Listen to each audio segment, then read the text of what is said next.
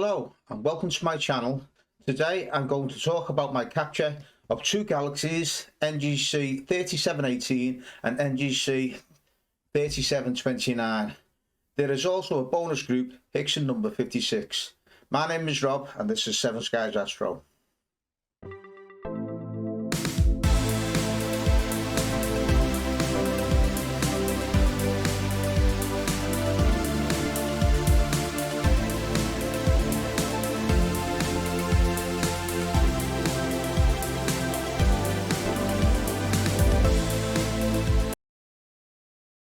Now, both these galaxies can be found in the constellation of Ursa Major, the Great Bear.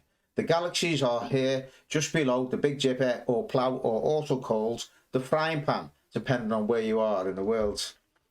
The telescope I've used is my Skywatcher 120 ED at a focal length of 900mm at f7.5. Now, the camera I've used is the Player One Saturn N mono camera. It's an uncooled camera. The auto guider I'm using is the Skywatcher Evo guide, and the guide cam is the ZWO 290mm. Also, this is my Skywatcher NEQ Pro mount. I'm using Nina as my capture software. I've used Antilia Luminance Red, Green, Blue filters. These are the Pro V sets, essentially what I used to capture this image, Messier 106, in my last video. Now, the bigger of these two galaxies, NGC 3718, is said to be 52 million light year away, while the smaller galaxy, NGC 3729, is said to be 65 million light years away. They are also said to be interacting, which, if they are 13 million light years apart from each other, doesn't really add up. It's also said that the separation is 150,000 light years, so I find all that a bit confusing really, and it depends on what information source you use. If you use Wiki, 3729 is 65 million light years away, whereas 3718 is only 52. I'll just leave that there. The general consensus is that they are both 52 million light years away and separated by just 150,000 light years. The Andromeda galaxy is over 2 million light years from our Milky Way galaxy for comparison. Now, NGC 3718 features a prominent dark spiral dust lane wrapped around its nucleus. The core of the galaxy probably contains a supermassive black hole. The galaxy's spiral arms are quite warped into a nice F-shape through the gravitational interaction with NGC 3729. Now, it has a diameter of 110,000 light years thereabouts, while NGC 3729, on the other hand, is almost 38,000 light years in diameter. Both galaxies are morphologically type SAA. If you look on the diagram here, that's where you see they are. These galaxies were discovered by Sir William Herschel in 1789. He was the first president of the Royal Astronomical Society when it was founded in 1820.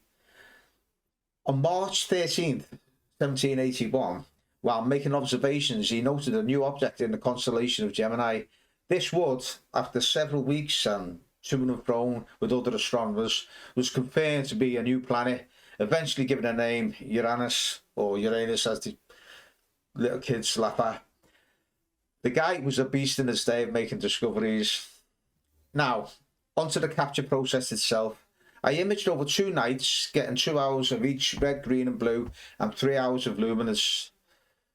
That gives me a total of 9 hours integration time. The scene was average for here in London, in the UK.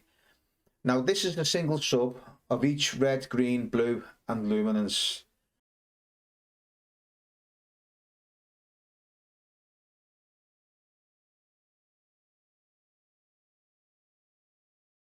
I've stacked them all using picks and sites, weighted batch pre-processing script, and come up with these.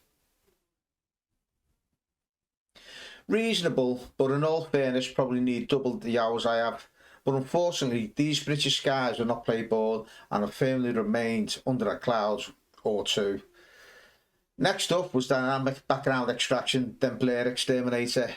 Channel combination of the red, green and blue and dynamic background are stretching again, because where I am and the way the imaging sessions went, I tend to get a bit more gradient than when using narrowband filters.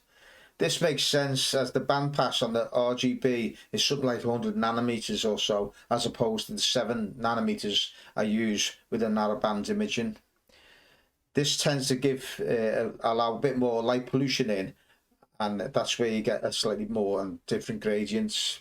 I run noise exterminator after I've used easy stretch, and then it's just a case of curves, saturation, and the same with luminance. I used LRGB channel combination, then a bit more adjusting curves to get my final image. Now, can you spot the Hickson 56 group?